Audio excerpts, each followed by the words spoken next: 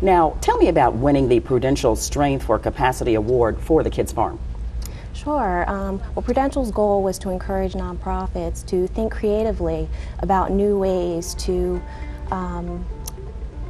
generate revenue to support their mission.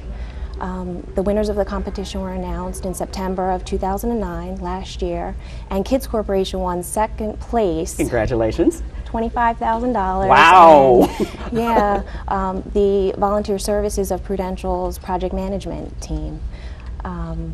Everybody must have been really excited about that. Yes. Tell me all about your partners who helped you to launch this award-winning farm. Sure. We really want to thank Prudential for the money that they provided and their volunteer services, the project management support that they provided. We've had Prudential on the program. They are actively involved in the community, and especially in Newark. Yes, and they provided us with a huge volunteer day this past April and helped us build our greenhouse located in Newton, New Jersey.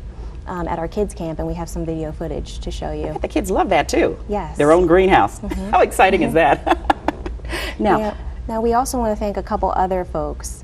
We want to thank the Institute for Entrepreneurial Leadership, Jill Johnson, who provided business consultation support, and Ludi Greenhouses for providing a great deal on a greenhouse, and Gail Johnson and Joe Florentine at Rutgers University. I admire you for remembering all that. That's good. How are the hybrid mission and profit projects the future of nonprofit growth and adaptation? Well, a number of social entrepreneurs are coming up with creative new ways to generate income to support their missions. And it's interesting because earned income ventures are nothing new to the nonprofit sector. Hospitals and universities for a long time have been run by charitable organizations. So the concept of hybrid mission projects is a new alternative, but it's been used in the past. It's just becoming more and more popular now. Yes. As this whole green concept of green takes off. And I bet you love being a part of that. Yes. What would you say is your mission as you continue to work with Kids Corporation? Well, our mission, my mission is just to support our kids and provide great academic enrichment programs for them to learn and grow. To learn and grow. I love that. And this program is free to kids. We should make note of that. Yes. See, that's great. It's a wonderful thing to have there in this best kept secret there in Newark. Andrea O'Neill, Chief Operating Officer, thank you very much for joining us here on this block. We appreciate it. Thank you for having us. My pleasure. We'll be right back with the co-founder of Kids Corporation in Newark.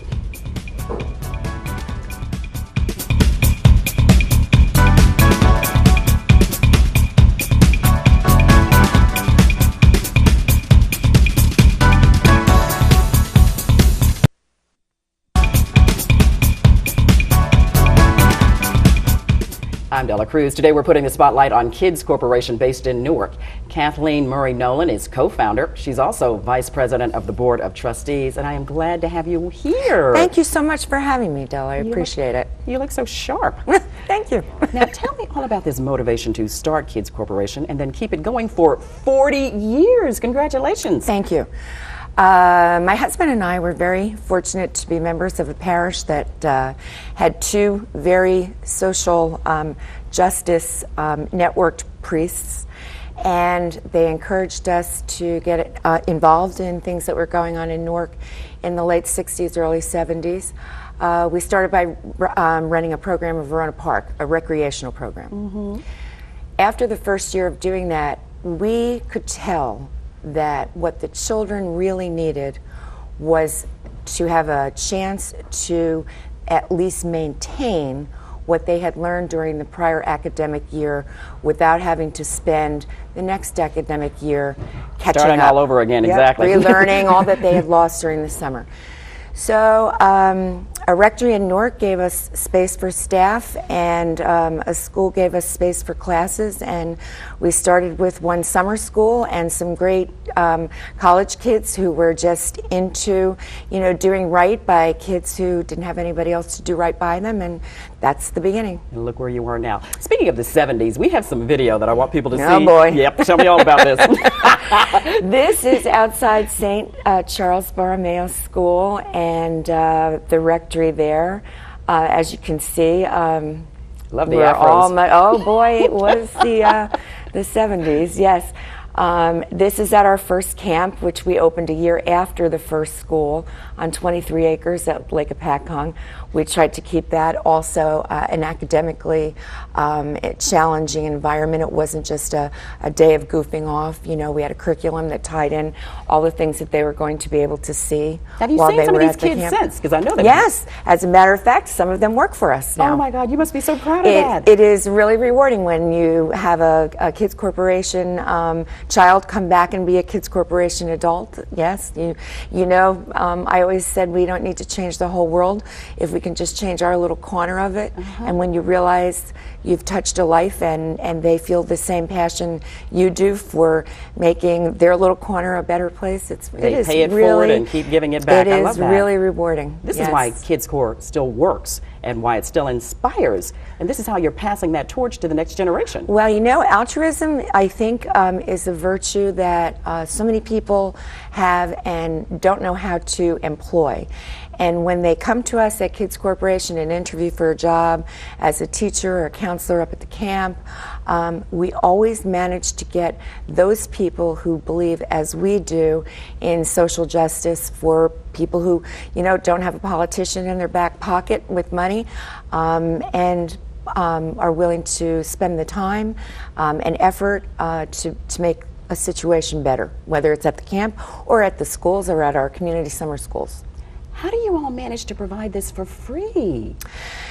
Because we have wonderful foundations and wonderful individual donors. We send out a newsletter several times a year. The response is always gratifying.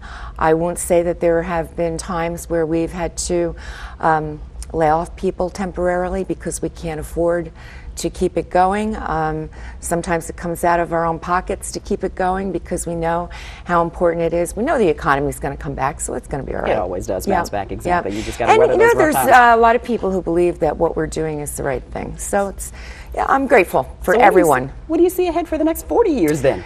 Well, I sure would like to see a situation like Manhattan, where I live now, where the schools are under the oversight of the mayor, where you have a chance for great charter schools, where you have a very organized parent involvement, and support at a very local level to make the schools the best that they can be without interference from the bureaucracy that runs them. That's a great goal. Now, how active are your parents at present?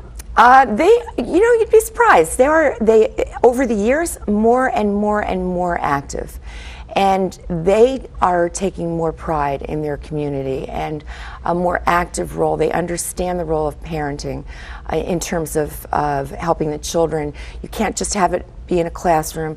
You have to continue it at night. We give our kids books to bring home so their parents can read to them, or they can read to their parents. Probably more of the other, but just kidding. And even if it is, that's great. Kathleen, thank you so much for coming on. Thank you, Del. I really that, for being a appreciate you co-founder having of a me. great program. Thank you. Thank you to Kathleen, Andrea, and Michaela. If you'd like to find out more about Kids Corporation in Newark, log on to news12.com, click on features, then Spotlight New Jersey. I'm Della Cruz. Thank you for joining us. Have a good day.